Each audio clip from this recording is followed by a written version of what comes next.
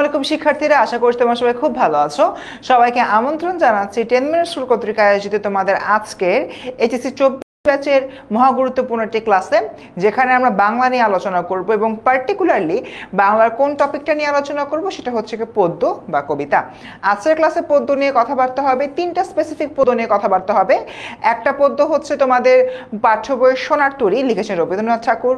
আরেকটা কবিতা হচ্ছে তোমাদের বিদ্রোহী, লিখেছেন কাজী নজরুল ইসলাম। এবং আরেকটা কবিতা হচ্ছে প্রতিদান, কে লিখেছেন জানিয়ে দাও কমেন্ট সেকশনে। তো স্টুডেন্টস, তোমরা যারা যারা জয়েন করছো একটু কাইন্ডলি কমেন্ট সেকশনে তোমাদের ফ্রেন্ডদেরকে মেনশন দাও, ক্লাসটা শেয়ার করে নিজেদের টাইমলাইনে রেখে দাও। পরে যখন কোনো কারণে ক্লাসটা দেখার প্রয়োজন হবে, গ্রুপে এসে এত এত পোস্টের ভিড়ে ক্লাস খোঁজার কোনো দরকারই হবে না, শুধুমাত্র তোমার টাইমলাইনে যেয়ে ক্লাসটা দেখে নিলেই কিন্তু হয়ে যাবে।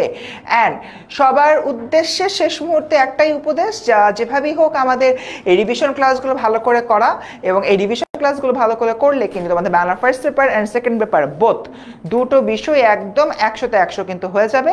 অ্যান্ড আমরা আমাদের এন্ড থেকে কিন্তু সুন্দর একটা প্রিপারেশন নিয়ে নিতে পারবো। আমাদের সাথে দেখতে পাচ্ছি মাইশা আক্তার মিম জয়েন করেছে, বলছে আসসালামু আলাইকুম ভাইয়া। ওয়ালাইকুম আসসালাম মাইশা, তুমি কেমন আছো জানিয়ে দাও কমেন্ট সেকশনে। অ্যাপার্ট ফ্রম দ্যাট আমার সাথে সুলতান মাহমুদ তারেক জয়েন করেছে, মাইমুনা হাসিবা জয়েন করেছে। এরপরে দেখতে পাচ্ছি 25 জনের মতো চলে আসছে অলরেডি। আমি ক্লাস চাচ্ছি আরেকটু মানুষজন আসুক। গোলাম রাব্বি ভাই জয়েন করে ফেলছে আমাদের সাথে। আমি চাচ্ছি ক্লাসে আরেকটু তোমরা মানুষজন যারা রয়েছে আরেকটু জয়েন করো, তারপর ক্লাসে শুরু করি, বিকজ এত কম সংখ্যক মানুষজন নিয়ে আসলে ক্লাস করাও মজা নেই, ক্লাস করেও মজা নেই। ঠিক আছে, ওকে। সো যেটা হলো বলতেছিলাম, তোমাদের এইচএসসিতে একটা কমন প্রবলেমের প্লেস আছে। সেই কমন প্রবলেমের প্লেসটাকে জানো তোমরা? সেটা হচ্ছে তোমাদের কবিতা। কবিতার ক্ষেত্রে বেশিরভাগ ক্ষেত্রে সময় স্টুডেন্টরা বলে যে ভাই উদ্দীপক কি বলছে, কবিতা কি বলছে, সাদৃশ্য কই, বৈসাদৃশ্য কই, এটা ভাবতে ভাবতে তো আমাদের ফুল টাইমটা চলে যায়।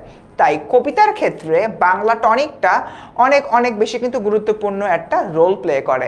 অ্যান্ড শুধুমাত্র তাই না, আমাদের যে সম্পূর্ণ কবিতাগুলো রয়েছে, কবিতাগুলো যদি আমরা প্রপারলি না বুঝি, কবিতার যে তোমার মূল ভাবগুলো রয়েছে, মূল ভাবগুলো যদি আমরা না অনুধাবন করতে পারি, তাহলে কিন্তু আলটিমেটলি একটু বেশি প্যারা হয়ে যায়। অ্যান্ড তখনই কিন্তু আমরা প্রপারলি আর সিকিউগুলো আলোচনা করতে পারি না। মাইমুনা বলছে ভাইয়া এই ক্লাসটা অনেক দরকার ছিল, থ্যাঙ্কস ভাই, আই নো তোমাদের কোথায় কোথায় সমস্যা, অ্যান্ড ওই অনুযায়ী কিন্তু ক্লাসগুলো হচ্ছে। তোমাদের আজকে যেরকম কবিতার উপরে ক্লাস, তারপর কালকেও কিন্তু তোমাদের কবিতার উপরে, কালকে কি ক্লাস আছে, কালকে মোস্ট প্রবলি নেই, দেখতে হবে রুটিনটা। এরপরে হচ্ছে কিন্তু তোমাদের আবারও কবিতার উপরে আরও একটা ক্লাস আছে, ক্লাসের পরে তোমাদের কিন্তু নাটক উপন্যাসের উপর একটা ক্লাস আছে। সো দেখো, কবিতার উপরে 2টা ক্লাস, গদ্যের উপরে 2টা ক্লাস, নাটক উপন্যাসের উপরে 2টা ক্লাস, মোট কিন্তু 5টা ক্লাসে বাংলা ফার্স্ট পেপার রিভাইজ করে ফেললাম। অ্যান্ড অ্যাপার্ট ফ্রম দ্যাট আরও একটা গুরুত্বপূর্ণ বিষয়, সেটা হচ্ছে তোমাদের এই যে সম্পূর্ণ ক্লাসগুলো রয়েছে বাংলা প্রথম পত্র দ্বিতীয় পত্র মিলিয়ে, এগুলো করলেই কিন্তু তোমাদের অনেক কিছু কমন পড়বে। স্টুডেন্টস, এই ফাঁকে তোমাদের ক্লাসের মধ্যে একটা ছোট্ট কাজ আমি করে ফেলি। আজকের ক্লাস স্লাইডটা কীভাবে পাবা, তাই না? এটা একটু আমি বসিয়ে ফেলি।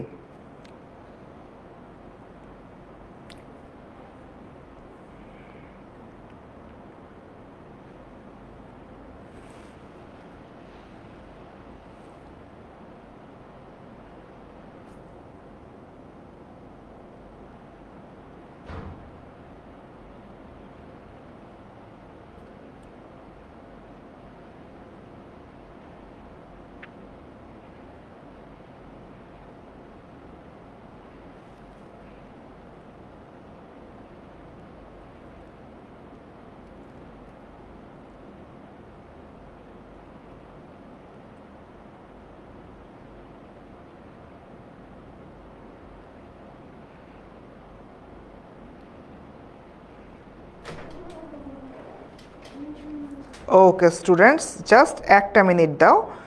এই যে কমেন্টটা রয়েছে, কমেন্টটা ফিল করলে কিন্তু তোমরা তোমাদের ক্লাস স্লাইডটা পেয়ে যাবা।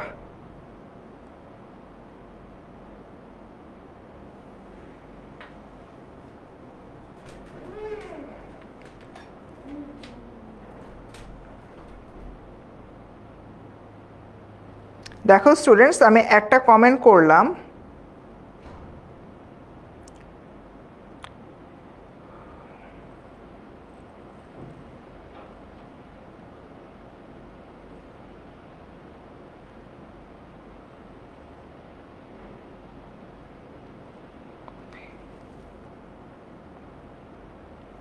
তোমরা এই যে মাত্র আমার এখান থেকে একটা কমেন্ট এসছে, এই যে কমেন্টটা, এই কমেন্টটা যদি তোমরা দেখো তাহলে কিন্তু আমাদের আজকের যে ক্লাস স্লাইডটা রয়েছে, ক্লাস স্লাইডটা কিন্তু এখানে তোমরা পেয়ে যাবা, ঠিক আছে? ওকে, এই যে আমি এটা কমেন্ট করে ফেলেছি, এবার আসো কমেন্টটা আমি পিন করে দিই, শেষ। এক্সট্রিমলি সরি, ক্লাসের শুরুতে আমার সামহাও এটা খেয়াল করি নাই। আচ্ছা, এখন কিন্তু আমি এই কমেন্টটা করে দিয়েছি। তোমরা কি সবাই পিন করা কমেন্টটা দেখতে পাচ্ছ?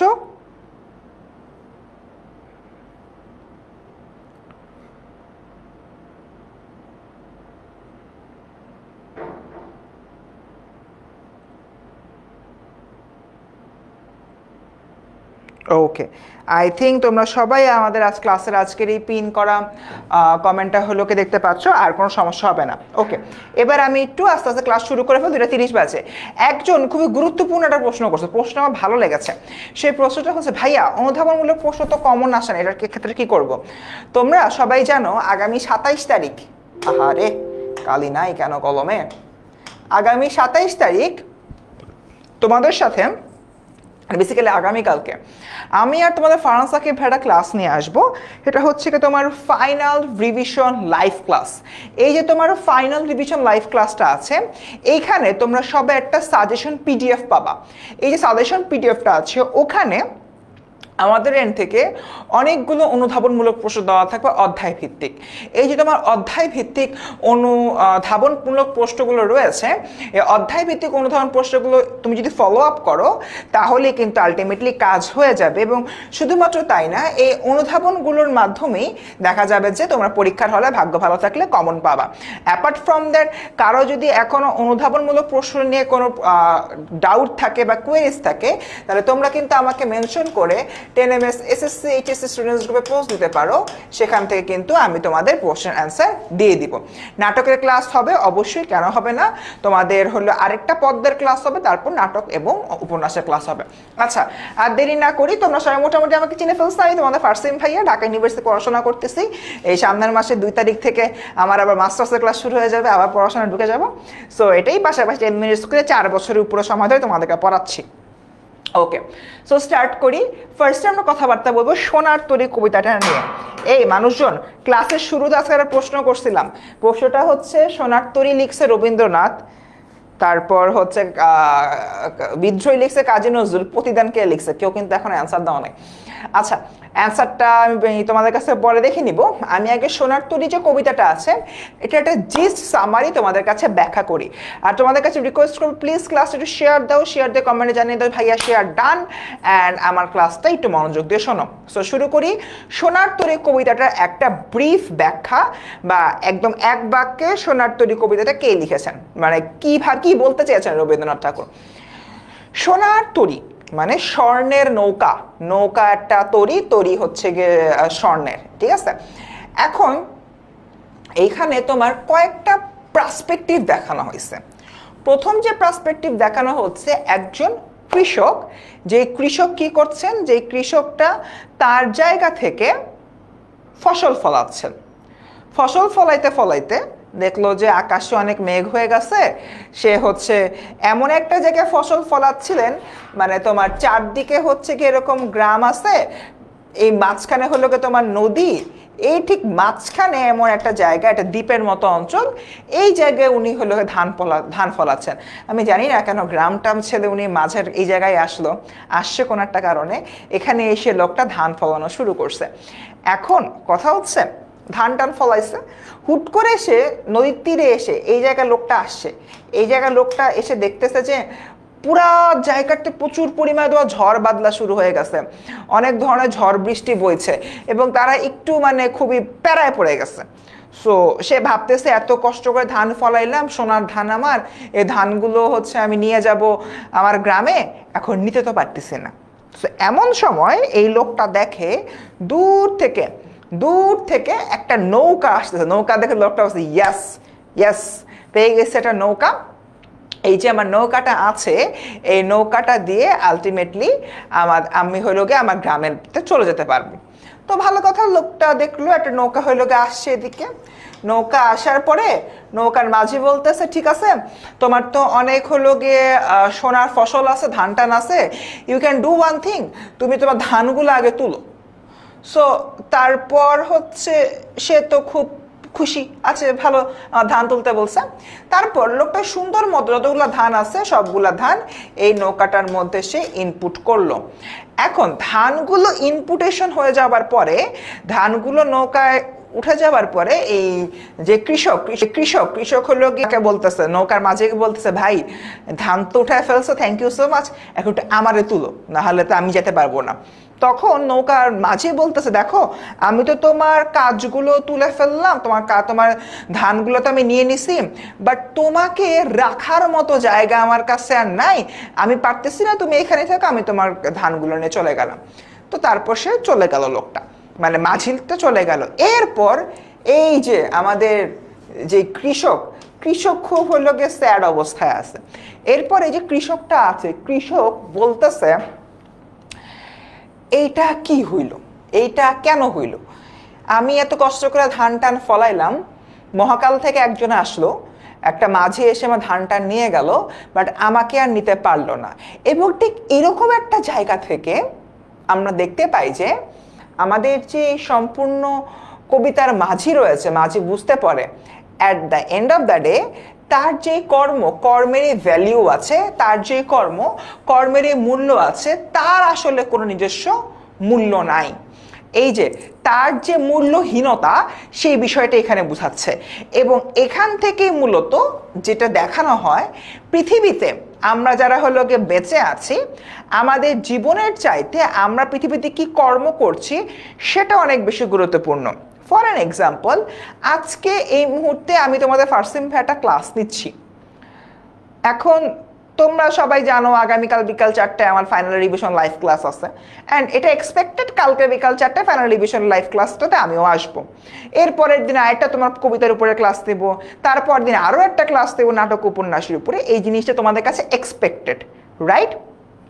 এখন এরকম একটা জায়গা থেকে কোনো একটা কারণে হয়তো আজকের দিনটাই পৃথিবীতে আমার শেষ দিন ছিল, আজকে আমি শেষ নিঃশ্বাস ত্যাগ করলাম, স্রষ্টার কাছে প্রিয় হয়ে তার কাছে আমি চলে গেলাম, এক কথায় মারা গেলাম। সো তখন কিন্তু আমি আর এই পৃথিবীতে বেঁচে নাই, number one. And number two, তোমরা তখন এই জিনিসটা ভরে রিকগনাইজ করার ট্রাই করবা, আচ্ছা ফার্সিম ভাইতে এতগুলা ক্লাস দিছিল, এই ক্লাসগুলোর কারণে আমার এই উপকার হয়েছে, আমার কবিতার শোনার তো এটা ক্লিয়ার হয়েছে, আমার গদ্যের মধ্যে মানব কল্যাণে ঝামেলা ছিল, মানব কল্যাণটা ক্লিয়ার হয়ে গেছে। তার মানে দেখো, তুমি আমার নামটা মনে রাখতেছো ঠিকই, বাট আমার নামটা মনে রাখার পেছনের রিজনিংটা কি? আমার নামটা মনে রাখার পেছনের রিজনিংটা হচ্ছে কি আমার কর্ম। অ্যান্ড এই কথাটাই সোনারতরী কবিতা বারংবার আসছে যে পৃথিবীতে তুমি যদি বেঁচে থাকো, তোমার জীবনের তুলনায় তোমার জীবনের চাইতে সবচেয়ে গুরুত্বপূর্ণ যে বিষয় সেটা হচ্ছে যে তুমি কি কি কাজ করছো, তোমার কাজগুলো কেমন। তোমার কাজ যত সুন্দর হবে তুমি ততই আসলে সামনের দিকে আগায় যেতে পারবা। তোমার জীবনের চাইতে তোমার কাজের মূল্য আসলে অনেক অনেক অনেক বেশি, অ্যান্ড এই জিনিসটার কথাই মূলত এখানে বলা হচ্ছে। ওকে, অ্যান্ড এটাই। সো আমি কি কাজটা করছি, আমার কাজের কথা তুমি মনে রাখবা, এবং ততদিন পর্যন্ত মনে রাখবা যতদিন পর্যন্ত আমার কাজের প্রভাব তোমার লাইফে সরাসরিভাবে আছে। ঠিক আছে, এটাই কিন্তু এই কবিতার মধ্যে বলা হচ্ছে। এবার দেখো আমরা বাংলা টনিকের মধ্যে ঢুকি। বাংলা টনিক অ্যাকচুয়ালি এই কথাগুলি কিন্তু ঘুরায় ফিরায় বলছে। নাম্বার ওয়ান, এক সময় সৃষ্টিকর্মকে রেখে স্রষ্টাকে চলে যেতে হয়, স্রষ্টার কাজ রেখে, আচ্ছা সৃষ্টিকর্মকে রেখে স্রষ্টা, কিসের স্রষ্টা? এটা মানে আল্লাহ তাআলার কথা বলতেছি না, বা ভগবানের কথা হলো গিয়ে বলতেছি না। যদি হচ্ছে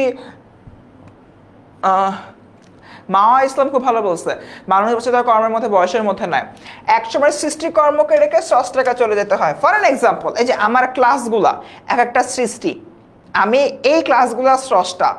একদিন আমি মারা যাব, মারা যেয়ে হলো তোমার আল্লাহ রাব্বুল আলামিনের কাছে চলে যাচ্ছি।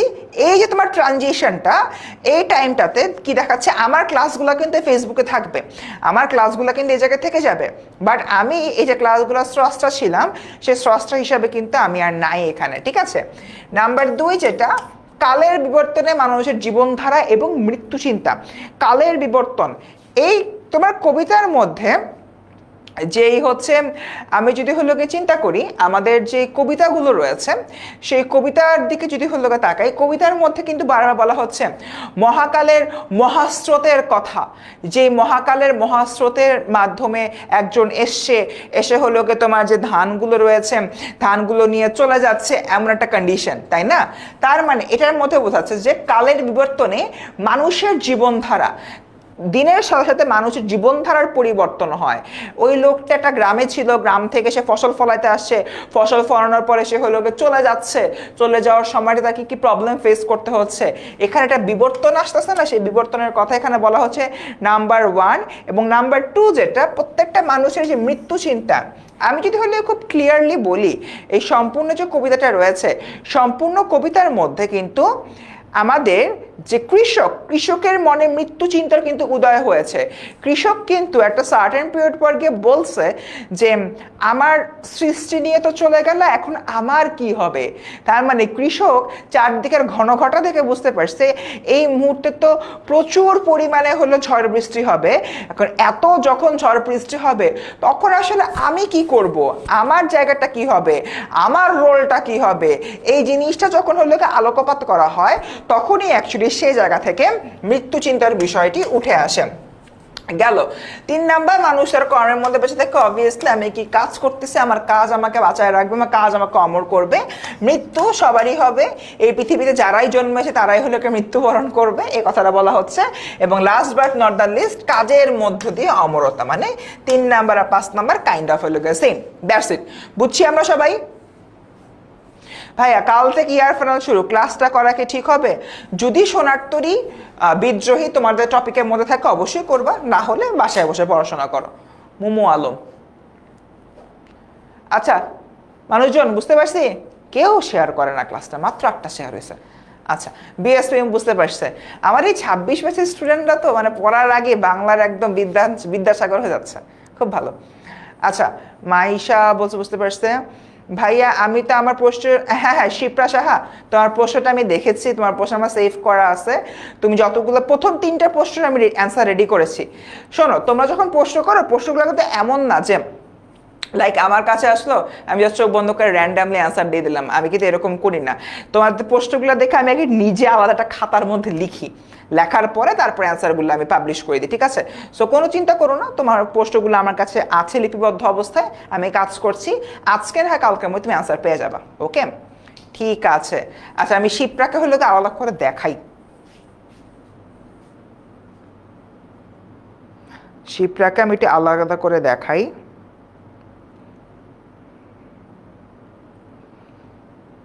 এই যে শিপ্রা তুমি দেখতে পাচ্ছ কিনা আমি জানি না, আমার হলো মেসেঞ্জারে এরকম যে নিজের যে অ্যাকাউন্টটা থাকে ওখানে সব কিছু পাঠিয়ে রাখা যায়। সো এখানে তোমার যে ইয়াটা আছে, তোমার যে কোশ্চেনটা আমি পাঠিয়ে রেখেছি, জাস্ট দেখো, ক্লিক করলে আলটিমেটলি চলে যায়। ক্লিক করার পর সাথে সাথে চলে আসে তোমার পোস্টটা। এখানে তুমি 8টা প্রশ্ন করেছো, 8টার মধ্যে প্রথম 3টা সমস্ত বাংলাদেশের মধ্যে আমি একমাত্র পুরুষ, এই পর্যন্ত অ্যান্সার আমার হাতের লেখা শেষ হয়েছে। সো বাকি 5টা লেখা শেষ করে আমি আজকে বা কালকের মধ্যে একবারে দিয়ে দিব, ঠিক আছে? সো একটু ওয়েট করো শিপ্রা, ইনশাল্লাহ কালকের মধ্যে পেয়ে যাচ্ছ। ওকে বস, আসেন আমরা স্টার্ট করি। আচ্ছা সোনারতরী শেষ, সবার শেষ। সোনারতরী কারো কোনো প্রবলেম? সারা বলতেছে ভাই এক্সামের জন্য অনেক ভয় লাগে। আচ্ছা এটা অবশ্য খুবই সিম্পল থিং, আমারও এইচএসসি এক্সামের খুব ভয় লাগতেছিল। আমার আব্বু আম্মু হলো গিয়ে আমাকে বলতেছিল যে লাইফের লাস্ট বোর্ড পরীক্ষা, সবগুলা বোর্ড পরীক্ষা গোল্ডেন পায় আসলা, এটাও যদি গোল্ডেন পাও তাহলে তো একদম তোমার স্ট্রেক ব্রেক হবে না, ওই স্ন্যাপচ্যাটে স্ট্রেক ব্রেক হয় না ওইরকম স্ট্রেক ব্রেক হবে না। আমি মনে মনে বলি ভাই তোমরা তো এসব কথাবার্তা বলে আমাকে আরো ভয় পাওয়া দিচ্ছ। বাট যাই হোক, একটা বিশাল ভয় লাগবেই। অ্যান্ড যে তোমরা জানো বাংলা পরীক্ষা মানুষের খারাপ হয় কেন? বাংলাতে হ্যাঁ বাংলাতে নাম্বার উঠানো টাফ, সিকিউ লেখার বিষয় আছে, অবজেক্টিভের বিষয় আছে, এটার পাশাপাশি সবার বাংলা পরীক্ষা খারাপ হওয়ার আরেকটা ফান্ডামেন্টাল রিজন আছে, বিশেষ করে বাংলা প্রথম পত্র পরীক্ষা খারাপ হওয়ার, যেটা হচ্ছে it is the first exam. কোন একটা কারণে এগুলা হচ্ছে গিয়ে আমার প্রথম এক্সাম, যেহেতু প্রথম এক্সামের যে আলাদা একটা প্রেশার, সেই এক্সট্রা প্রেশারটার কারণে আলটিমেটলি ঝামেলাটা হয়ে যায়, বুঝতে পারছো? অ্যান্ড দেখা যায় যে আমরা এই প্রেশারটা হলো গিয়ে ডিল করতে করতে একটা দুটা পরীক্ষা পার হওয়ার পরে প্রেশারটা ডিল করতে পারি। তাই বাংলা প্রথম পত্র দ্বিতীয় পত্র মোটামুটি মায়ের উপর দিয়ে যায়, বাট সামহাও অনেকে ম্যানেজ করতে পারে, অনেকে ম্যানেজ করতে পারি না, কারোর A+ আসে, কারোর A+ আসে না। সো ভয় লাগবেই স্বাভাবিক, বাট ভয়টাকে এক সাইড করো, কারণ তুমি যত ভয় পাবা, ভয়ের একটা কনসিকুয়েন্সেস বলি। হ্যাঁ, ভয় পাওয়াটা জরুরি, ভয় না তুমি একটা জিনিসে ভয় পাইতেছো না, তার মানে ওই জিনিসটা নিয়ে তোমার কাছে কোনো গুরুত্ব নাই, ইউ হ্যাভ দ্য ইম্পর্টেন্স। যখন তুমি ভয় পাচ্ছ তার মানে তোমার জিনিসটার কাছে ইম্পর্টেন্স আছে। এখন ভয় পাওয়ার একটা লিমিট থাকে, তুমি যদি লিমিট ক্রস করে ফেলো তাহলে তোমার অতিরিক্ত ভয়ের কারণে দেখা যাবে যে তুমি আসলে জিনিসটা কাট করতে পারতেছো না, তুমি গোলটা অ্যাচিভ করতে পারতেছো না। ওকে, তাই ভয় পাওয়াটা খারাপ না, ভয় পাও, বাট ভয়টাকে একটু কন্ট্রোল করো, কন্ট্রোল করলেই হবে। ওকে ভাই, আমার শর্ট সিলেবাসে সব আছে, সাবাস, হবেই তো। আচ্ছা, আগাই মানুষজন অ্যান্সার দেন। পরে দেখি একা তরু ছায়া মসি মাখা, এখানে মসি মাখা বলতে কি বোঝানো হয়েছে স্টুডেন্ট? এটা না পড়লে একদম নগদে মাইক। আরে বিএসপি ভালো কথা বল, সময় আসলে ফার্স্ট পরীক্ষা কিছু বোঝার আগে শেষ হয়ে যায়। তোমরা এই কোশ্চেনটার অ্যান্সার দাও, আমি তোমাদেরকে একটা মজার কথা বলি, এটা অবশ্যই এসএসসি লাইফের সরি কি হলো, এটা এটা এটা অবশ্য আমার এসএসসি লাইফের একটা ইনফরমেশন। এসএসসিতে মোটামুটি ভালোই পড়ছি, সব কিছু ভালো টালো পড়ে গেছি পরীক্ষা হলে। বাংলার প্রথম পত্রের পরীক্ষার দিন পরীক্ষা আমি দিতেছি। সো যখন 2 ঘন্টা শেষ হয়েছে, আমার 4টা সৃজনশীল শেষ হয়েছে, মানে 2.5 ঘন্টার সৃজনশীল লেখার টাইম, এর মধ্যে 2 ঘন্টায় 4টা লিখছে, মানে প্রথম 4টা সৃজনশীল আমি প্রত্যেকটা আধা ঘন্টা করে লিখছি। এরপরে লাস্টে তোমার 30 মিনিট বাকি ছিল, 30 মিনিটে আমার 3টা সিকিউ লিখতে হবে, হিসাব মতো পার সিকিউর জন্য টাইম হলো 10 মিনিট। মানে শেষ করছি, লেখা শেষ করছি, কেমনে লেখা শেষ করছি। সো যখন দেখেছি হাতে 30 মিনিট সময় আছে, আমি প্রথম 5 মিনিট লিখি নেই, 5 মিনিট না লিখে বসে হলোকে প্ল্যান করছি যে কি করব। তারপরে ভাবলাম যে একটা কাজ করি, যদি কোনোটাই টাচ না করতে পারি তাহলে তো সমস্যা হবে। তারপর সুন্দর মতো 3টা সেপারেট লুজ পেজ নিছি, প্রত্যেকটা সেপারেট লুজ পেজের ক আর খ লিখছি, মানে বাকি 3টা প্রশ্নের জ্ঞানমূলক প্রশ্ন, অনুধাবনমূলক, প্রত্যেকটা লেখা শেষ। লিখতে এখানে 5 মানে তোমার হচ্ছে সবগুলো লিখতে 10 মিনিটের মতো লাগছে, 3টা সিকিউরিটির মতো। এরপরে তোমার ছিল গ বাকি, তারপরে হচ্ছে তোমার প্রত্যেকটা প্রশ্নের আমি গ লিখছি, তারপর প্রত্যেকটা প্রশ্নের ঘ লিখছি। এই জিনিসটা করা খুবই খারাপ একটা আইডিয়া, এই আইডিয়াটা কখনো তোমরা অ্যাপ্লাই করবা না, এরকম যদি খুবই কোনো বাজে কন্ডিশনে না পড়ো। বাট পরে দেখলাম যে পরীক্ষা মানে আমার লেখাটা শেষ করে একটু জাস্ট কলমটা রাখছি আর বেলটা দিছে। সো এরকম সিচুয়েশন কিন্তু অ্যারাইজ হতে পারে, বাট এটা কেন হচ্ছে এরকম হয়, কারণ প্রথম এক্সাম মানে 1000বার প্র্যাকটিস করে গেল, প্রথম এক্সামটা কেন জানি কেমন হয়, জানি না, এটা একটা মনে হয় ন্যাচারের নিয়ম। ওকে, যাই হোক, অনেক গল্প সল্প করলাম, আগাই সামনের দিকে। পরে দেখি আকাশ তরু ছায়া মসি মাখা, এটার অ্যান্সার হচ্ছে অস্পষ্ট মহাকাল। মসি মাখা বলতে বেসিক্যালি তোমার অস্পষ্ট মহাকালের কথাটাই বোঝানো হচ্ছে। ওকে বাবারা, গেল। 117 জন ক্লাস করতেছে, শেয়ার মাত্র 11টা। অ্যাটলিস্ট তো 117 জনের জন্য 100টা শেয়ার হওয়া দরকার। ভাই একটু শেয়ার দাও, আপনি শেয়ার দেন, একটু শেয়ার দিয়ে জানান যে ভাইয়া শেয়ার দিছি। দেখি আজকে এন্টায়ার ক্লাস শেষ হইতে অ্যাটলিস্ট 60টা শেয়ার হয় কিনা। আগাই পরে দেখি আঁকা তরু ছায়া মসিমাকে, এখানে মসিমাকা বলতে কি বোঝানো হচ্ছে? অস্পষ্ট মহাকাল। গেল মানুষজন, আগাই ধান কাটা হলো সারা, চরণটির মাধ্যমে কোন ভাব প্রকাশ পেয়েছে? ধান কাটা হলো সারা, চরণটির মাধ্যমে কোন ভাব প্রকাশ পেয়েছে? ফসলের কাজ সম্পন্ন হওয়া, কর্মের পরিণতি, কর্মময় জীবন, ফসল তোলার তারা। অ্যান্সার দেন। Share done. আরে সাবাস সাবরিনা, আমার লেখা তো অনেক স্লো, রাব্বি ফাড়ায় লিখতে হবে, না লিখলে মারা। আচ্ছা, এমসিকিউ 2 এর অ্যান্সার বলো।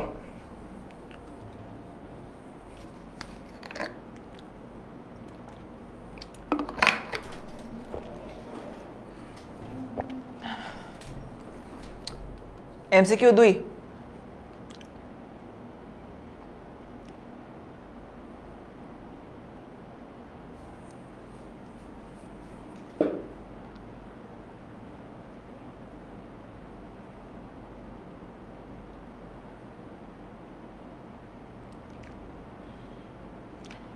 ওকে, দ্য অ্যান্সার ইজ কর্মের পরিণতি। বা একটু দেখ, ধান কাটা হলো সারা, সারা দিয়ে বোঝানো হচ্ছে তোমার শেষ। তার মানে কি তোমার যে কর্ম, কর্মের পরিণতি হচ্ছে, কর্মের শেষ হচ্ছে। পরিণতি বলতে শেষ বোঝাচ্ছে, রাইট? তার মানে এখানে কি হবে, কর্মের পরিণতি। বুঝছি আমরা? যারা যারা অন্য অ্যান্সার বলছো কেন ভুল হয়েছে এটার অ্যান্সার। ওকে, ঠিক আছে, ডান। এমসিকিউ 3, সোনার তরী কবিতাটি কোন ছন্দে লেখা হয়েছে? মানুষজন বলো, সোনার তরী কবিতাটি কোন ছন্দে লেখা হয়েছে? আরে রাব্বি, রাব্বি আর আমার কেস সেম, আমার হাতের লেখা এককাল অনেক স্লো ছিল। আচ্ছা, সারা বলতেছে 3-এর এ, মাত্রাবৃত্ত। কানিস বলতেছে স্বরবৃত্ত। ওকে,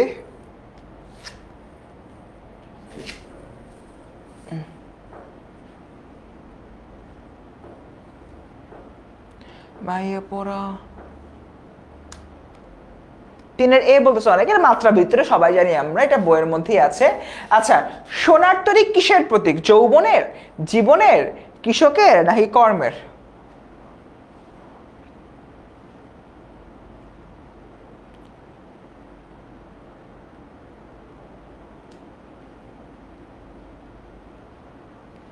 সোনার তরী কিসের প্রতীক?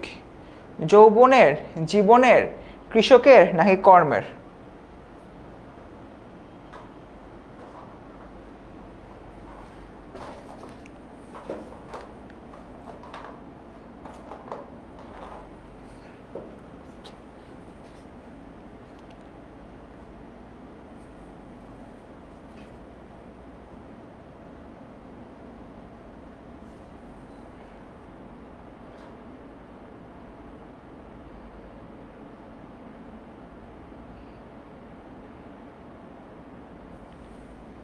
ঠিক আছে, 4-এর ডি বলতেছো।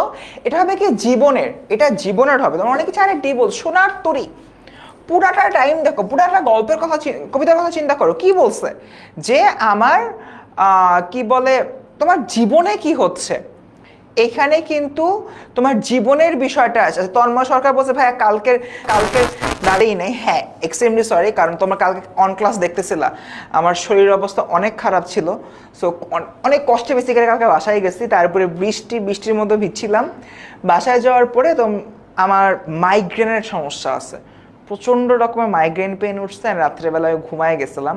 আমি আজকে সকালবেলা অফিসে এসে সবার আগে যে কাজটা করছি, তোমাদের সবার হলো পোস্টগুলো আমি দেখছি, কয়েকজনের রিপ্লাই দিছি, কয়েকজনকে হলো আমি ইয়াটাও পাঠাই দিছি, বাট বাকিদেরটা পাঠাইতে পারিনি। Extremely sorry. তাই হচ্ছে তোমরা কেউ প্যারা খাও না, আজকে আমি সবারটা হলো ইনশাল্লাহ ক্লিয়ার করে দেবো। ওকে, ঠিক আছে। দেখি, তো যেটা বলতেছিলাম, সোনার তরী কিসের প্রতীক? জীবনের প্রতীক। ভাই, এখানে তোমার জীবনের প্রতীক কিভাবে হইল? কারণ এখানে তোমার যে লাইফটা আছে, লাইফে মৃত্যু নিশ্চিত, এটা বলা হয়েছে। অ্যান্ড এই লাইফে তোমার যে কর্মগুলো রয়েছে, সেই কর্মটা যে অনেক গুরুত্বপূর্ণ, এই কথাটাও কিন্তু আলটিমেটলি বলা হয়েছে।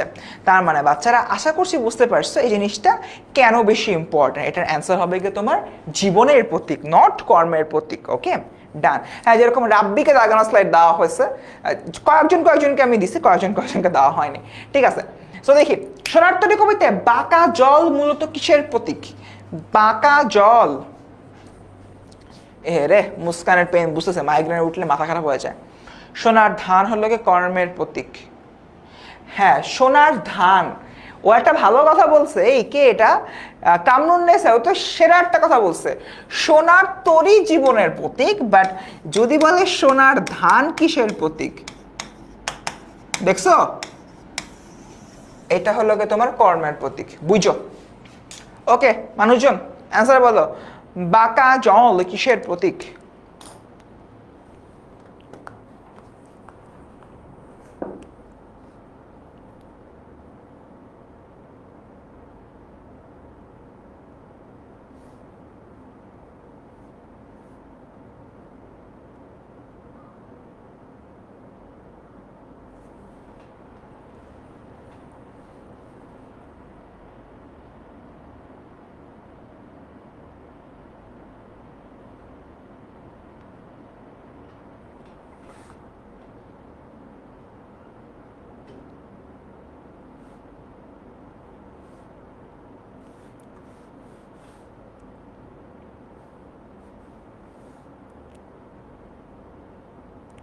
ওকে, বাঁকা জল কিসের প্রতীক? 5-এর এ বলতেছে অনেকেই। হ্যাঁ, বাঁকা জল হচ্ছে বা কাল স্রোত, যেটা সে কাল স্রোতের প্রতীক। ডান, মানে যে বাঁকা জলের কারণে ওই কৃষকের নৌকা তরি হলেও গিয়ে ভেঙে চলে যেতে পারে, এরকম একটা বিষয় গেল। সো মোটামুটি এতটুকুই। এবার আমরা শুরু করবো বিদ্রোহী। কারোর, এনিওয়ান অফ ইউ, সোনার তরীরে কোনো সমস্যা আছে? এনিওয়ান অফ ইউ সোনার তরী নিয়ে কোনো সমস্যা আছে? সোনার তরী এমসিকিউ গুলো কনফিউজ হওয়ার জন্যই দিয়েছি, বলার লাভ নেই। আচ্ছা, সোনার তরী কবিতায় কারোর কোনো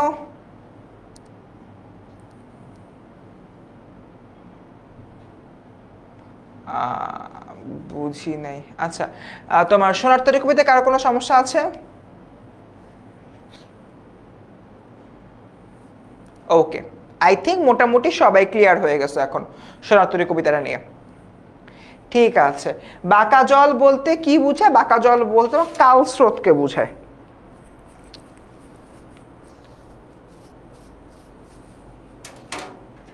ওকে, ডান। আচ্ছা, যারা পরে আসো, পরে আবার লাইফটা টেনে দেখে নিও, ঠিক আছে? আগে এবার আমরা বলবো বিদ্রোহী কবিতা। সো বিদ্রোহী কবিতা পড়ার আগে অ্যাজ ইউজুয়াল আমার ক্লাসের বৈশিষ্ট্য অনুযায়ী বিদ্রোহী কবিতার একটা আমি বেসিক সামারি দিব। ওকে, বিদ্রোহী কবিতা। বিদ্রোহী কবিতাটা আসলে তোমার একটু ভালো করে বুঝতে হবে, ঠিক আছে? কিরকম? বিদ্রোহী কবিতার যে ব্যাকগ্রাউন্ডটা কিন্তু বোঝা খুবই গুরুত্বপূর্ণ।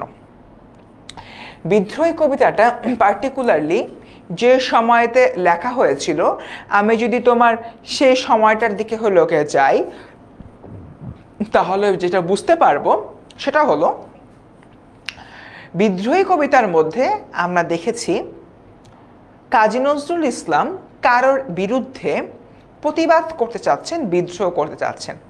এখন যেটা বললাম, বিদ্রোহী কবিতা কোন সময়তে লেখা হয়েছিল? যখন এই পুরো ভারতবর্ষ ইংরেজ শাসনাধীন ছিল, ঠিক সেই সময়তে আসলে বিদ্রোহী কবিতাটি লেখা হয়েছে। এবং ইংরেজ শাসনাধীনের কারণে, ইংরেজ শাসনের আন্ডারে থাকার কারণে দেখা গিয়েছে যে আমাদের অনেক ধরনের কষ্ট পেতে হয়েছে। আমাদের হচ্ছে কি বলে, সিরাজউদ্দৌলার মতো একজন নবাবকে দেখতে হয়েছে যে তিনি কি বলে তাকে হত্যা করা হয়, তার যে নবাবী আমল ছিল, নবাবী আমল সম্পূর্ণরূপে ধ্বংস করে ফেলা হয়। শুধুমাত্র তাই না, তার পরবর্তী সময়তে ইংরেজরা নানানভাবে আমাদের কিন্তু নিষ্পেষণ করত, আমাদের কালচারকে, আমাদের ডেইলি ডে টু লাইফকে নানানভাবে তারা কিন্তু অপব্যবহার করত এবং আমাদের উপরে অত্যাচার করত। এই যে তোমার অত্যাচারের জায়গাটা, সেই জায়গাটা নিয়ে যখন হলো কি তুমি, আমি, আমরা সবাই কথাবার্তা বলবো, তখনই আমরা বুঝবো যে এইখানে আসলে নানান রকমের প্রবলেম হয়েছিল। এবং এই জায়গা থেকে আসলে কবি কাজী নজরুল ইসলাম বিদ্রোহী কবিতাটি লিখেছিলেন। এবং তার বিদ্রোহী কবিতাটার কারণেই পরবর্তীতে আসলে দেখা গিয়েছে যে ব্রিটিশ শাসকগণ একটু নড়ে বসেন এবং তাদের মনেও একটা ভীতি প্রবেশ করে যে এই বাংলায় এমন মানুষজন রয়েছে, এই যে তোমার হলো মানুষজনরা রয়েছে এই বাংলায় যারা আছেন, তারা আসলে যেভাবে প্রতিবাদ করতে পারে, তাদের যে প্রতিবাদের ভাষায় রয়েছে, সেই বিষয়টা নিয়ে ইংরেজরা আসলে খুবই ব্যতিব্যস্ত হয়ে পড়ে এবং তারা আসলে কিছুটা হলেও ভীত হয়ে যায়। ওকে, আচ্ছা, অনেকেই বিদ্রোহী কবিতা নিয়ে বলতেছো অনেক কঠিন, বোর্ড ইউজুয়ালি আসে না এমন, বাট এই কথাটা অ্যাকচুয়ালি তোমার আসলে সঠিক না। তার কারণ হচ্ছে তোমার হলো এইটা কঠিন ঠিক আছে, বাট বোর্ডে আসে না, একটা ভুল কথা। বোর্ডে হয়তো তোমার কম বেশি হচ্ছে, বাট আসতেও তো পারে, এবার দেখা যাবে চলে আসছে। একজন জিজ্ঞাসা করছে যে কাজী নজরুল ইসলামকে এটার কারণে বিদ্রোহী কবি বলা হয় কেন? অবভিয়াসলি এটার পাশাপাশি আরও বেশ কিছু তোমার কবিতা রয়েছে যেগুলোর কারণেই কাজী নজরুল ইসলামকে একজন বিদ্রোহী কবি বলা হয়। স্টুডেন্ট আসো, তোমরা যেহেতু এখন হলো গিয়ে বলতেছো যে কি বলে বিদ্রোহী কবিতাটা একটু কঠিন, আগে জানলে হয়তো পুরো কবিতাটার উপর একটা সেপারেট ক্লাস নেওয়ার ব্যবস্থা করতাম, but let's see what I can do. দেখি কি করতে পারি তোমাদের জন্য। আমি এখনই কোনো ওয়াদা করতেছি না, কোনো কমিটমেন্ট দিচ্ছি না। আমি আগে বিদ্রোহী কবিতা বাংলাটা অনেকটা পড়াই, তারপর দেখি তোমাদের জন্য কিছু করতে পারি কিনা। ওকে, আচ্ছা, স্টার্ট করি। বিদ্রোহী কবিতা বাংলা টনিক ও তার ব্যাখ্যা। কবির বিদ্রোহী এবং দৃঢ় চেতা মনোভাব। সম্পূর্ণ জায়গাটাতে সম্পূর্ণ যে কবিতাটা রয়েছে সেই কবিতার মধ্যে হলো কি আমি একটা বিষয় কিন্তু দেখতে পাই, সেটা হচ্ছে কবির মধ্যে একটা বিদ্রোহী মনোভাব রয়েছে, একটা দৃঢ়চেতা মনোভাব রয়েছে। পুরাটা কবিতার মধ্যে কবি হলো গিয়ে আন্দোলন করে যাচ্ছেন, বিদ্রোহ করতে চাচ্ছেন, এবং এখানে তিনি কিন্তু একটা বিষয় এনশিওর করছেন। কোনটা সেটা?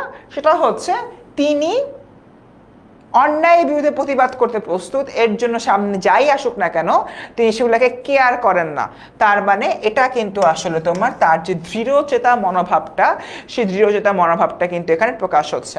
আচ্ছা স্টুডেন্টস, বিদ্রোহী কবিতার এই দৃঢ়চেতা মনোভাবের সাথে তোমাদের পাঠ্য বইয়ের একটা প্রবন্ধের মিল আছে। কোন প্রবন্ধ সেটা বলো?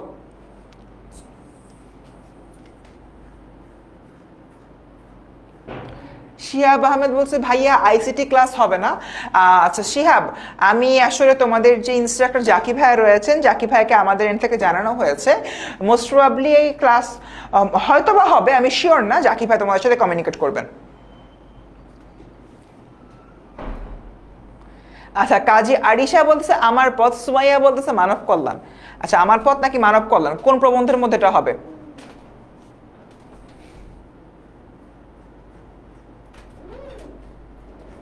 আমার পথ নাকি মানব কল্যাণ? আচ্ছা, মিম বলতেছে আমার পথ, মুস্কানও বলছে আমার পথ। আচ্ছা, দুইটা অপশন পাইছে বেসিক্যালি।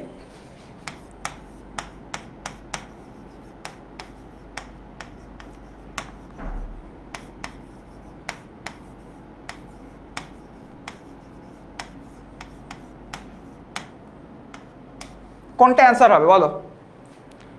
আমার পথ নাকি মানব কল্যাণ?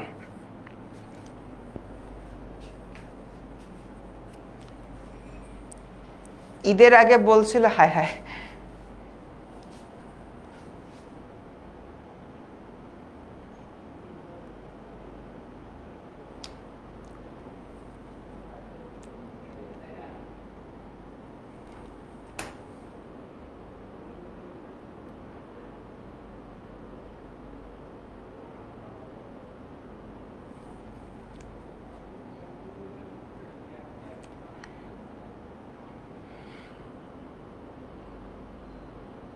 আচ্ছা, তোমরা অনেকে আমার পথ বলতেছো।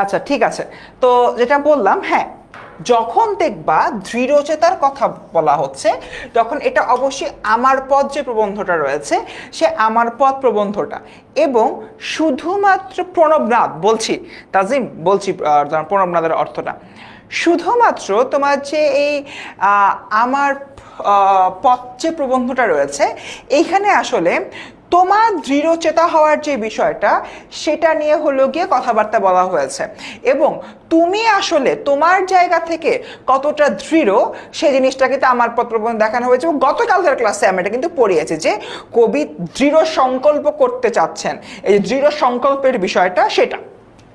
আচ্ছা, এবার দেখি আমাদের প্রথম যে বিষয়টা গেল, তার মানে আমাদের বিদ্রোহী কবিতার সাথে তোমাদের পাঠ্য বইয়ের একটা গুরুত্বপূর্ণ টপিকের মিল আছে, সেটা কি আমার পথ। বাচ্চারা তোমরা আমার এই কথাটা একটু মনে রেখো, অনেক সময় এমসিকিউর ক্ষেত্রে বিদ্রোহী এবং আমার পথ দুইটা একত্র করে দেয়।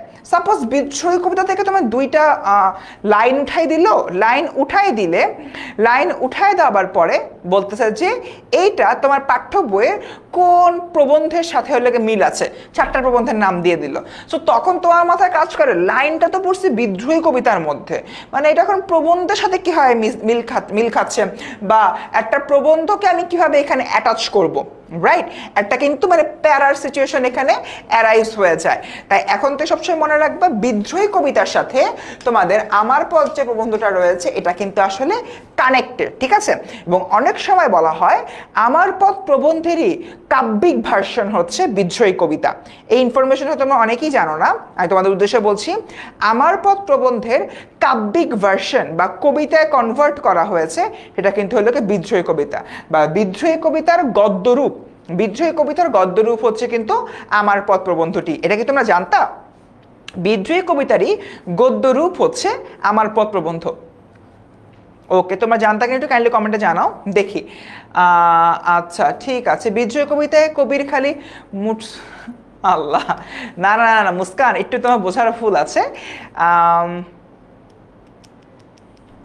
ঠিক আছে, এখানে একটু আসলে তোমার বোঝার ভুল আছে। বোঝার ভুল হইলে তো আলটিমেটলি ওরকম হবে না। বিদ্রোহী কবিতায় কবির নির্দিষ্ট সময় পর্যন্ত অন্যায়ের বিরুদ্ধে যুদ্ধ করতে চেয়েছেন এবং বাকিদের সাথে হলো তিনি মিত্রতা প্রকাশ করতে চেয়েছেন। আচ্ছা গেল, এইটা হলো গিয়ে ডান। এবার 2 নাম্বারটা অত্যাচারী ও শোষকের বিরুদ্ধে যুদ্ধ ঘোষণা, যেটা বেসিক্যালি আমাদের বিদ্রোহী কবিতাতে বারংবার ঘটেছে। বিদ্রোহী কবিতা হলো গিয়ে আমরা কি দেখতে পাই? বিদ্রোহী কবিতায় আমরা দেখতে পাই কবি কাজী নজরুল ইসলাম যারা অত্যাচার করে এবং যারা শোষক, যারা হলো কি শোষণ করে, কারোর উপরে তোমার অত্যাচার করতেছে, শোষণ করতেছে, নির্যাতন করতেছে, এমন যে মানুষগুলো রয়েছে, এমন মানুষকে আসলে আমাদের বিদ্রোহী কবি কাজী নজরুল ইসলাম বলেছেন যে এইগুলোকে তিনি এই ধরনের মানুষ তিনি দেখতে পারেন না এবং তাদের বিরুদ্ধে তিনি যুদ্ধ করতে চান। এবং যুদ্ধ করতে চাইতে তিনি যে তাদের বিরুদ্ধে যুদ্ধ করছেন, যুদ্ধ করতে যেয়ে তিনি কতকগুলো দাঁত ভাঙ্গা বিষয়ের সঙ্গে তুলনা করেছেন। যেরকম তিনি বলেছেন তিনি হচ্ছেন গিয়ে প্রণবনাথ, তারপর এর পাশাপাশি হলো গিয়ে তিনি বলেছেন তিনি হলো গিয়ে ধৈর্যটি। তার মানে কি ধৈর্যটি? কি ধৈর্যটি মানে হচ্ছে গিয়ে জটাধরা কেশ। আমাদের চুল অনেক সময় জট পেকে যায় না, এই ধরনের জটাধরা কেশের অধিকারী একজনের কথা বলা হয়েছে, যিনি তার এই কেশ দিয়েই অপরকে হলো গিয়ে শত্রুপক্ষকে ধ্বংস করতে পারেন। তিনি শত্রুপক্ষকে ধ্বংস করে এমন অনেক ধরনের মানুষ, এমন অনেক ধরনের ব্যক্তির নাম উচ্চারণ করেছেন যেগুলো আসলে অনেক বেশি শক্তিশালী, মহাপ্রলয় সৃষ্টিকারী, ঠিক আছে? তার মানে কবি কাজী নজরুল ইসলাম এখানে অত্যাচারীদের বিরুদ্ধে এই ধরনের যুদ্ধ করতে চেয়েছেন যাতে করে তারা কোনোভাবেই আর অত্যাচার না করতে পারে। গেল 3 নাম্বার, দ্রোহের অন্তরালে কবির মানব প্রেম। এই যে এখানে একটা কি বলতেছে, ভাইয়া আমাদের জন্মের আগে অনেকে কবি হতেন কিন্তু আমাদের সময় কবি হয় না কেন? রিজন অনেক রকমই হতে পারে, বাট আমার কাছে যেটা মনে হয় আমরা এখন নিজেদের জায়গা থেকে ভালো করে পরীক্ষা দিতে হবে, পরীক্ষা থেকে পাশ করে বের হতে হবে, পাশ করে বের হয়ে আমাদের প্রত্যেক জায়গায় অনেক ধরনের রেসপন্সিবিলিটিস লোকে ক্রিয়েট করতে হচ্ছে বা অনেক ধরনের দায়িত্ববোধ থাকে। আমরা দেখা যায় যে দায়িত্ববোধগুলোকে এড়িয়ে যেতে পারি না। দায়িত্ববোধগুলোকে যেতে এড়িয়ে যেতে পারি না, যুগের সাথে তাল মিলাতে হচ্ছে। যুগ খুব র্যাপিডলি চেঞ্জ হচ্ছে, র্যাপিডলি হলো গিয়ে তোমার সামনের দিকে এগিয়ে যাচ্ছে। সো আমাদের ক্রিয়েটিভিটি দেখানোর মতো সময়টা আসলে হয় না। আর ক্রিয়েটিভিটি খুবই ইজি ফ্যাক্টর না রে বাবা, অনেক বড় একটা জিনিস। অ্যান্ড আরও একটা বিষয় হচ্ছে যারা হলো কবি হচ্ছেন তাদের যে ইন্ডাস্ট্রিটা আছে, ইন্ডাস্ট্রিটা কতখানি তোমার সাস্টেইনেবল সেটাও অনেকের কাছে কিন্তু গুরুত্বপূর্ণ বিষয়। আচ্ছা, এই যে মনির কিন্তু অলরেডি বকা দিয়ে দিয়েছে, বলছে দ্রুত পড়াইতে। আচ্ছা আসো আগাই, এটা হলো পড়ছিলাম দ্রোহের অন্তরালে কবির মানব প্রেম।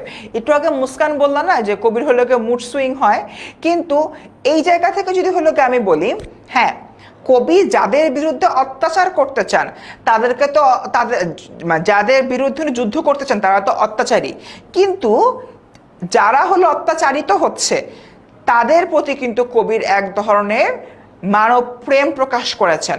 কারণ তিনি চান না যারা এভাবে তোমার অত্যাচারিত হচ্ছে বিনা কারণে তারা কোনোভাবেই মানবাধিকার হতে বঞ্চিত হোক। ঠিক আছে, এটা কিন্তু আমাদের মাথায় রাখতে হবে। এরপর দেখি 4 নাম্বার, ধ্বংসের মধ্য দিয়ে নতুনের সূচনা। কবি বলেছেন অত্যাচার যারা করে তাদেরকে আমি ধ্বংস করব, এর মধ্য দিয়ে নতুনের সূচনা হবে। আচ্ছা, আমি ইন্দ্রাণী সুত হাতে চাঁদ আর ভালে সূর্য, ইন্দ্রাণী সুদ। ইন্দ্রাণী সুদ মানে হচ্ছে তোমার দেবতা যে ইন্দ্র রয়েছে, ইন্দ্রের সুদ বা ইন্দ্রের পুত্র, যার হাতে হলো চাঁদ রয়েছে এবং গাল এখানে আছে সূর্য। তার মানে আমার হাতে চাঁদ আছে, আমার হাতে সূর্য রয়েছে, আমি এতটাই পাওয়ারফুল, আমি সবকিছু ধ্বংস করে দিতে পারি। আমি ইন্দ্রাণী সুদ। সুদ মানে হচ্ছে পুত্র বা ছেলে সন্তান, এবং ইন্দ্র হচ্ছে হিন্দু ধর্মাবলম্বীর একজন দেবতা এবং মহাপরাক্রমশালী মহাশক্তিশালী দেবতা। কবি নিজেকে সেই মহাশক্তিশালী দেবতার পুত্র হিসেবে নিজেকে তুলনা করেছেন। যেটা বলছিলাম, ধ্বংসের মূলে নতুন সূচনা। ফর অ্যান এক্সাম্পল, আমাদের মুক্তিযুদ্ধের কথা চিন্তা করো, 1971 সালের 25 মার্চ কালরাতে বিশাল এক ধ্বংসযজ্ঞ হয়েছে, বিশাল একটা হ্যাভি মারামারি হয়েছে, অনেক মানুষ মারা গেছে। এরপর আমরা যুদ্ধ ঘোষণা করি, যুদ্ধ করি, 16 ডিসেম্বর আমরা কি করি, আমাদের হলো গিয়ে দেশটা স্বাধীন করে ফেলি। অ্যান্ড এই যে প্রসেসটা রয়েছে, এই প্রসেসটার মধ্য দিয়ে আমরা যে জিনিসটা হলো গিয়ে দেখতে পাই, সেটা হচ্ছে কি বাচ্চারা, আমরা একটা নতুন দেশ এখানে অর্জন করে ফেলেছি। ঠিক আছে, সো এরকম আচ্ছা, একজন বলতেছে যে ইন্দ্রাণী তো ইন্দ্রের স্ত্রী, সুতত্ত্ব পবিত্র। হ্যাঁ, মানে ইন্দ্রের স্ত্রী হলো, মানে আমি তো এখানে আসলে ইন্দ্রেরই ছেলে, আমি ওটাই বুঝাইছি আর কি। আচ্ছা, তো যেটা বলতেছিলাম, তো দেখা যাচ্ছে যে নতুনের কিন্তু আমি একটা সূচনা করেছি। ঠিক আছে, নতুন একটা বিষয়ের কিন্তু আমি আরম্ভ করলাম, আমার দেশের নতুন একটা স্বাধীন একটা দেশের আরম্ভ হলো। অ্যান্ড এরকম একটা জায়গা থেকে ধ্বংসের মধ্য দিয়ে নতুনের সূচনা মানে কি বোঝানো হচ্ছে, যে অত্যাচার যারা করে তাদেরকে আমি ধ্বংস করব, ধ্বংস করে শেষ করব, এবং নতুন এক মানব জাতি সূচনা করব। That's it. এরপর দেখি, লক্ষ্য অর্জন না হওয়া পর্যন্ত প্রাণপণ চেষ্টা, এইটা অ্যান্ড দৃঢ়চেতা মনোভাব কাইন্ডা সেম। অ্যান্ড এখানে মূলত বলা হচ্ছে যে তোমার যে উদ্দেশ্য রয়েছে, কবির উদ্দেশ্য কি, অত্যাচারীদেরকে ধ্বংস করা, আমার উদ্দেশ্য কি, এইচএসসিতে গোল্ডেন এ প্লাস পাওয়া। সো আমার উদ্দেশ্য অর্জন না হওয়া পর্যন্ত আমি কাজ করে যাব, দ্যাটস ইট, আর কিছু না। বুঝতে পারছি আমরা? আচ্ছা ভাইয়া, প্রতিদিন কি এই টাইমেই ক্লাস? হ্যাঁ, এই টাইমেই ক্লাস হচ্ছে, এই টাইমে ক্লাস হচ্ছে 2:30টার সময়। ঠিক আছে, আচ্ছা হ্যাঁ, ইন্দ্রাণী ইন্দ্রের স্ত্রী তাজিম মাতুব্বর, ঠিক বলেছো। আমি হলো গিয়ে মানে ওই জায়গাটাকেই বলেছি যে আমি ইন্দ্রের পুত্র। আমি যদি ইন্দ্রাণীর সুত হই, অবভিয়াসলি ইন্দ্র আর ইন্দ্রাণীর পুত্র আমি। এক্স্যাক্টলি, ইন্দ্রের স্ত্রী পুত্র জয়ন্ত, যার হাতে চাঁদ আর কপালে সূর্য। ঠিক আছে, সবার ডান? এতটুকু ডান? ক্লাস 3:30টায় শেষ। বিদ্রোহ কবিতা আমরা সবাই বুঝছি, ক্লিয়ার সবাই? আই থিঙ্ক মোটামুটি ক্লিয়ার। এবার আসো আমরা এমসিকিউ সলভ করি।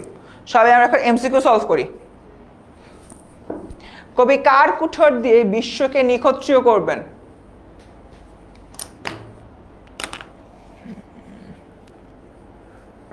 নিখত্রিয় মানে কি? নিখত্রিয় মানে যুদ্ধহীন।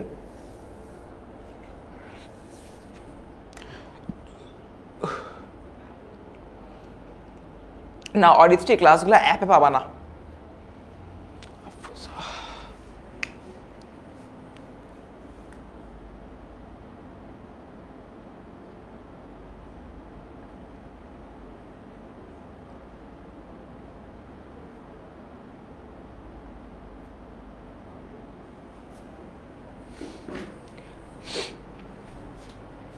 আচ্ছা,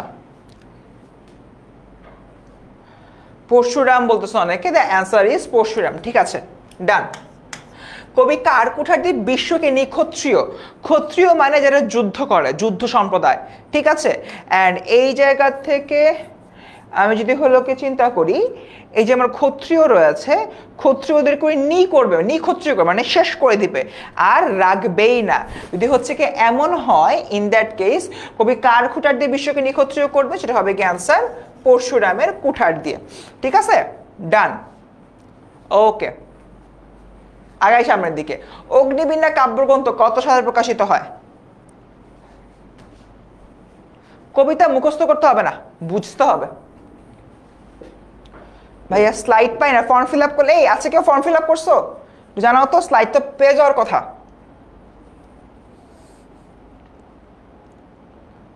সবাই আজকে ফর্ম ফিল আপ করছো?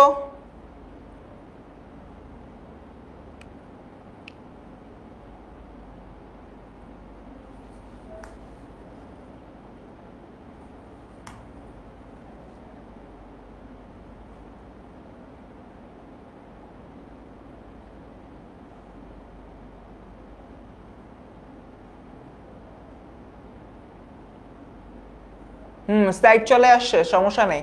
ফর্ম ফিল আপ করলে স্লাইড পাবা তোমরা সবাই। এই ফর্ম ফিল আপ করো, ফর্ম ফিল আপ করো। দেখো কমেন্ট সেকশনে কিন্তু একটা ফর্ম লিঙ্ক আমি দিয়ে দিয়েছি, ঠিক আছে? সবাই কমেন্ট সেকশনে যাও, ফর্ম লিঙ্কটা পিন করা আছে, ওখানে গেলে কিন্তু তোমরা পেয়ে যাবা। ফর্ম আসে না, তাসপিয়া তাসনিমের সমস্যা হচ্ছে।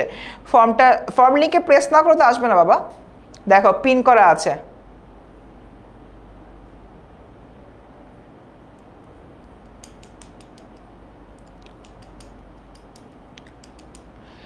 সুমাইয়া দেখো কমেন্ট সেকশনে একটা ফর্ম লিঙ্ক দিয়ে দিয়েছি, ওটাতে তুমি যাও, ওটাতে হলো গিয়ে প্রেস করো, তারপর তুমি ফর্মটা ফিল আপ করবা, তারপর তুমি কমেন্ট থেকেই পেয়ে যাবা, কি বলে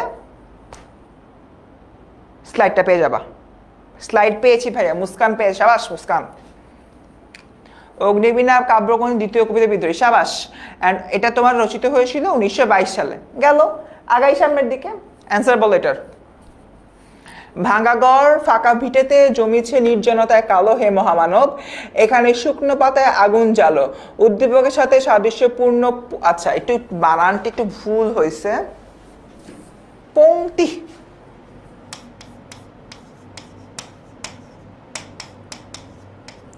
পংক্তি কোনটি? কই পাবো ফর্ম? সুমাইয়া আহমেদ বলতে। সুমাইয়া দেখো কমেন্টেই আছে পিন করা। লিংক নাই তো? লিংক আছে তো, এই যে অনেকেই তো পেয়েছে। আচ্ছা সবাই এটার অ্যান্সার দাও। ভাঙ্গাঘর ফাঁকা ভিটেতে জমেছে নির্জনতায় কালো হে মহামানব, এখানে শুকনো পাতায় আগুন জ্বালো, উদ্দীপকের সাথে সাদৃশ্যপূর্ণ পংক্তি কোনটি? জান্নাতুল নাইমা তুমি ওই লিঙ্কটায় ঢুকো, লিঙ্কটায় ঢোকার পরে আমাদের এই পর্যন্ত যত ক্লাস আছে সবগুলা ক্লাসের পিডিএফ পাওয়া যাবে, আজকেরটা সহ। তারপর যেটা দরকার এটা প্রেস করো, তোমার হইলো গিয়ে ডাউনলোড অপশন চলে আসবে।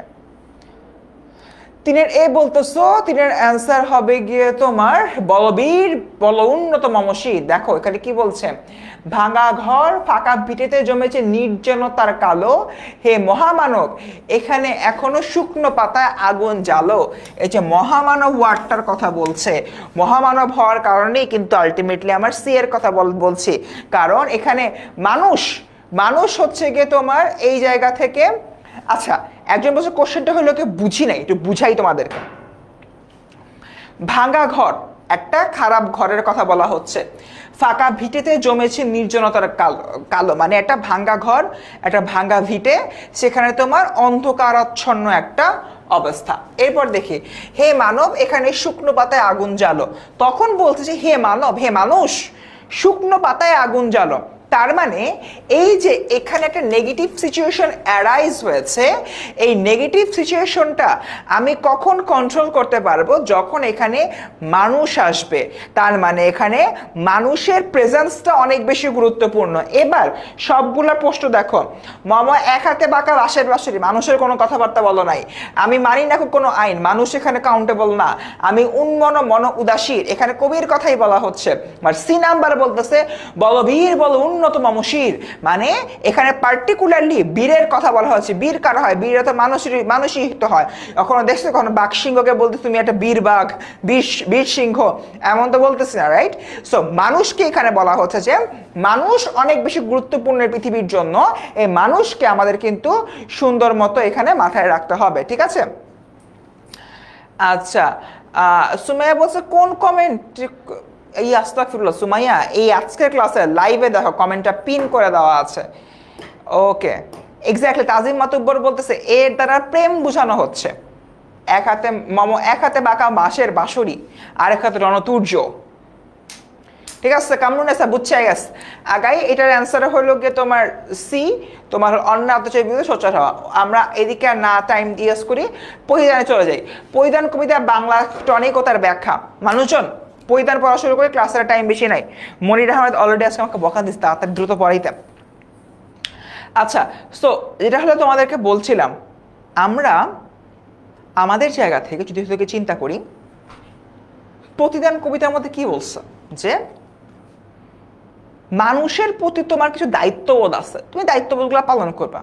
বাট মানুষ যদি পেছন থেকে তোমাকে ব্যাক বাইটিং করে, তোমার নামে বিচিং করে, তোমাকে নিয়ে যদি হলো খারাপ খারাপ কথাবার্তা বলে, ওটা নিয়ে কখনো কষ্ট দিবে না। একটা মানুষকে তুমি হেল্প করছো, ওই মানুষটাই, একটা মানুষকে তুমি কি করছো, হেল্প করছো, অ্যান্ড তোমার একটা অনেক বড় এক্সপেকটেশন ছিল। সে এক্সপেকটেশনটা কি? ওই মানুষকে যে তুমি হলোকে হেল্প করলা, ওই মানুষের কাছে যে তুমি হলোকে থাকলা, এটার কারণে তুমি চাইতেই পারো যে ওই মানুষটা তোমার সাথে ভালো ব্যবহার করবে। বাট কোনো কারণে তুমি যদি ওই মানুষের কাছে ভালো ব্যবহার না পাও, তাহলে তুমি কষ্ট পাবা না।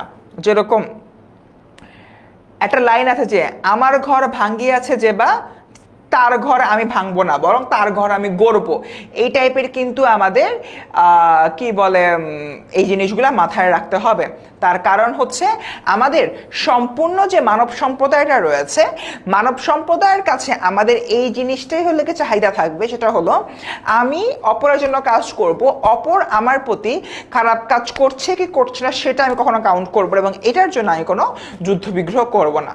মানহা বলতেছে ভাইয়া স্লাইডে অল্প কাটে এমসিকিউ থাকে কেন? তোমাদের এই ক্লাসগুলো বা রিভিশন ক্লাসে তো কি পয়েন্ট পড়তে হবে, তাই যেগুলো ইম্পর্টেন্ট ওগুলাই দিচ্ছি, বুঝতে পারছি? আচ্ছা, যেরকম একজন বলতেছে যে হ্যাঁ আমার ঘর বাঁধি আছে যে বা আমি বাঁধি তার ঘর। একজন মানুষের তোমার ঘর হলো পুরাই দিচ্ছে, বুঝছো? সাপোজ কি বলে, মাইশা মিম আমার বাসায় আসছে, আমার বাসায় এসে আমার ঘর পুরাই দিছে। এরপর আমি কি করব, মাইশা মিমকে একটা ঘর উপহার দিব। তাহলে হচ্ছে জিনিসটা এমন হবে, আমার ঘর ভাঙ্গি আছে যে বা আমি বাঁধি তার ঘর। একদম visual representation of this line. Okay, just jokes apart, মজা করলাম তোমাদের সাথে। বিষয়টা অ্যাকচুয়ালি এভাবেই খুবই বুঝাতে চাইছে। তোমাকে কেউ কষ্ট দিক বা না দিক ডাজন্ট ম্যাটার, তুমি কারোর প্রতি কখনো ট্রিগার হতে পারবে না, ঠিক আছে? একদম মূল ভাব হচ্ছে কি এইটা। এখন মাইশা মিম তুমি এসে আপনার বাসায় আগুন দিয়ে যাও না, তাহলে একটু প্যারা হয়ে যাবে।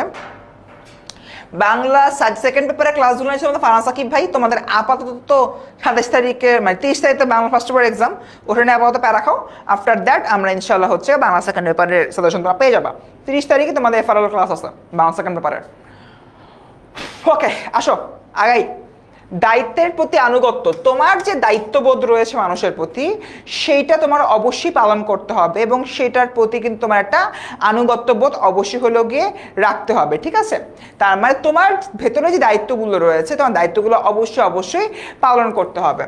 এরপর 2 নাম্বার, ব্যক্তি স্বার্থ বিসর্জন দাও। সবসময় তোমার যে স্বার্থ রয়েছে, তোমার স্বার্থকে বিসর্জন দিতে হবে, তাহলেই আসলে দেখবা চারপাশ অনেক সুন্দর আছে। তুমিও যদি স্বার্থপর হও, তোমার অপরজনও যদি স্বার্থপর হয়, তাহলে কিন্তু একটা ক্ল্যাশ লেগে যাবে, একটা যুদ্ধ বেঁধে যাবে, সেটা এখানে বলা হচ্ছে। 3 নাম্বার, সহিষ্ণু হওয়া। সর্বদা ধৈর্য ধারণ করতে হবে। যে যত বেশি ধৈর্য ধারণ করতে পারবে, সে তত বেশি সুখী হবে। অ্যান্ড সবার লাস্টে, মানুষের কল্যাণ চিন্তা করা। কবি বারংবার বলছেন যে তোমার দায়িত্ব, তুমি একজন মানুষে অন্য একটা মানুষের কল্যাণ চিন্তা করবা। এই যে তোমার এই জায়গা থেকে যেটা হলোকে বলছি, তোমাদের যে এই কল্যাণ চিন্তা করার বিষয়টা, এটা যদি তুমি না করো, তাহলে আসলে সামনের দিকে আগাইতে পারবা না। অ্যান্ড পার্টিকুলারলি এই জিনিসটা এখানে বলা হচ্ছে। গেল প্রতিদান। এবার দেখি কয়টা এমসিকিউ সলভ করে আজকে ক্লাস শেষ করব।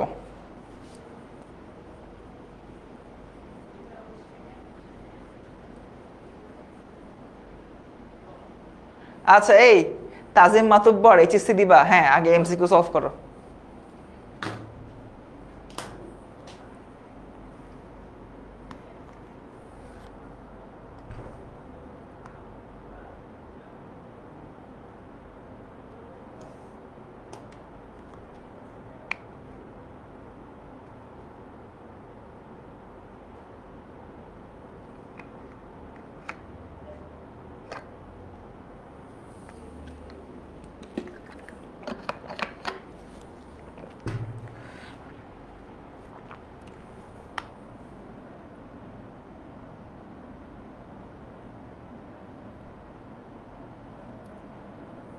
ওকে, দেখি কি অবস্থা সবার।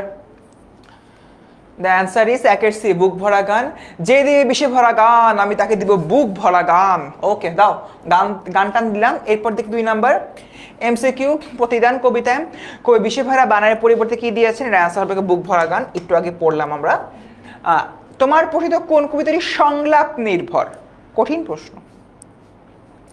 তোমরা হয়তো এই মুহূর্তে বলতেছো হ্যাঁ ভাই সংলাপ নির্ভর তো হবে, কি বলে আমাদের হচ্ছে তাহারই পড়ে মনে, কিন্তু এই বিষয়টা আমাদের মাথায় রাখতে হবে। যদিও এটা তোমার পরিধান কবিতার মধ্যে পড়ে না, বাট সংলাপ নির্ভর কবিতা শুধুমাত্র আমাদের তাহারই পড়ে মনে। ওকে,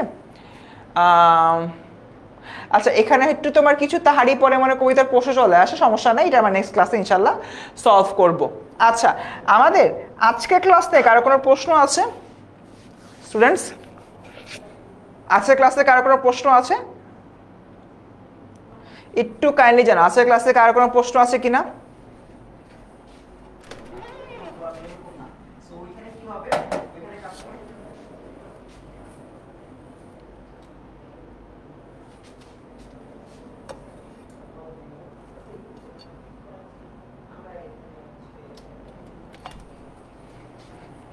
আচ্ছা ক্লাস থেকে আর কোনো প্রশ্ন আছে? ওকে ঠিক আছে স্টুডেন্টস, আগামীকালে কিন্তু তোমাদের জন্য স্পেশাল একটা দিন। এটা হচ্ছে 27 জুন, 27 জুন ঠিক বিকাল 4টায়, বিকাল 4টায় অনুষ্ঠিত হবে এফআরএল, যেখানে আমি আর তোমাদের ফারহান সাকিব ভাইয়া, ওই যে মানহা বারবার বলতেছে না, যদিও মানহাকে আমি একবার রিপ্লাই দিচ্ছি, আবারও বলছে ভাইয়া কেন এত কম হলে এমসিকিউ থাকে। এটার অ্যান্সার হচ্ছে যে এই জন্য কম এমসিকিউ থাকে যাতে করে তোমরা শর্টলি রিভাইজ করতে পারো। এটা রিভাইজ করতেছি, ঠিক আছে? এই জায়গা থেকে যদি হলো গিয়ে আমি চিন্তা করি, আমাদের এইখানে কম থাকলেও মানহার জন্য কালকের ক্লাসটা স্পেশালি, কালকে আমরা 200+ এমসিকিউ সলভ করবো। সো মানহা কালকের ক্লাসে থাকো। সো যেটা বলতেছিলাম, আগামীকালকে ঠিক বিকাল 4টায় আমি আর তোমাদের সবার প্রিয় ফারহান সাকিব ভাই আসবো কি করতে, Bangla final revision live class নিতে। অ্যান্ড এই জায়গা থেকে যদি হলো কি চিন্তা করি, আমাদের এই ক্লাসটার পরে তোমরা পাবে একটা ডেডিকেটেড সাজেশন, যেখানে তোমাদের 7টা গদ্য 7টা পদ্যের স্টার দিয়ে আমরা চিহ্নিত করে দিয়েছি। শুধুমাত্র তাই না, এর পাশাপাশি আমি হলো গিয়ে তোমাদের জন্য 200টা এমসিকিউ কালকে সলভ করাবো। আর আমার যে সাজেশন পিডিএফটা আছে ওখানে তোমার 200+ এমসিকিউর পাশাপাশি অধ্যায় ভিত্তিক জ্ঞানমূলক প্রশ্ন এবং অনুধাবনমূলক প্রশ্ন কিন্তু আগামী কালকে তোমরা পিডিএফটাতে পাবা। তাই কালকে তোমাদের সবার হচ্ছে গদ্যপদ্য সবকিছুর উপর এমসিকিউ থাকবে। কালকে বিকাল 4টার সময় তোমাদের সবার সাথে দেখা হচ্ছে 10 মিনিট স্কুলের অফিসিয়াল ফেসবুক পেজ এবং 10 মিনিট স্কুলের ক্লাস 1 to 12 ইউটিউব চ্যানেলে। তোমরা সবাই থাকবা তো কালকে? একটু কমেন্টে জানাও তো কালকে সবাই থাকবা না? 10 মিনিট স্কুলের মেইন পেজে কালকে ক্লাস হবে, ঠিক আছে? না সিকিউ দেখো, আমাদের তো আসলে সিকিউর যে বিষয়টা বাবারা, দেখ সিকিউ তো তোমার মানে কমন ফালানো যায় না। সিকিউ কি কমন ফালানো যায়? সিকিউ প্রত্যেক বছর তোমার নতুন নতুন সিকিউ আসে। তোমার বোর্ড থেকে সরাসরি এই জিনিসটা হলো গিয়ে বলে দেয় যে এক বছরের সিকিউর সাথে অন্য বছরের সিকিউর মিল থাকবে না। আর তাছাড়া সিকিউর জন্য আমি তোমাদেরকে বাংলাটা অনেক পড়াচ্ছি, ওই সাজেশনের মধ্যে আলাদা করে কোনো উদ্দীপক কোনো সিকিউ থাকবে না। আমি এখনই বলে দিচ্ছি, সাজেশনের মধ্যে আলাদা করে উদ্দীপকের সিকিউ থাকছে না, উদ্দীপক থাকছে না, বাট জ্ঞানমূলক প্রশ্ন অনুধাবনমূলক প্রশ্ন থাকছে। সিকিউ প্র্যাকটিসের জন্য এখন চলতেছে লোকে বাংলা টনিক, অ্যান্ড শুধুমাত্র তাই না, তোমাদের কিন্তু 200+ এমসিকিউজও থাকছে, ঠিক আছে? অ্যান্ড আমাদের এফআরএল ক্লাসটা হবে 3 ঘন্টা। 3 ঘন্টার মধ্যে বাংলার যা যা আছে সব সমাধান করবা। মশিউর আল্লাহ হাসান ফার্স্ট পেপার দেন, বাংলা সেকেন্ড পেপারও আছে, চিন্তা করার দরকার নেই। কবিতা কখনো মুখস্থ করতে হয় না, কি যে বলো, কবিতা কখনো মুখস্থ করতে হয় না, ঠিক আছে? সো ইয়েস স্টুডেন্টস, ইনশাল্লাহ আগামীকালকে হচ্ছে কি দেখা হবে বাংলা সেকেন্ড পেপার সাজেশন পাবা 30 তারিখে। ওকে স্টুডেন্টস, আর কারো কোনো প্রশ্ন আছে? কারো কোনো প্রশ্ন আছে? ক্লাসটা আমি এখানে শেষ করব। আচ্ছা ঠিক আছে স্টুডেন্টস, ইনশাআল্লাহ দেখা হচ্ছে আগামীকালকে বিকাল 4টায়। সেই পর্যন্ত সবাই ভালো থেকো, আসসালামু আলাইকুম, এবং ইনশাআল্লাহ তোমাদের সবারই এইচএসসি পরীক্ষা অনেক অনেক ভালো হবে।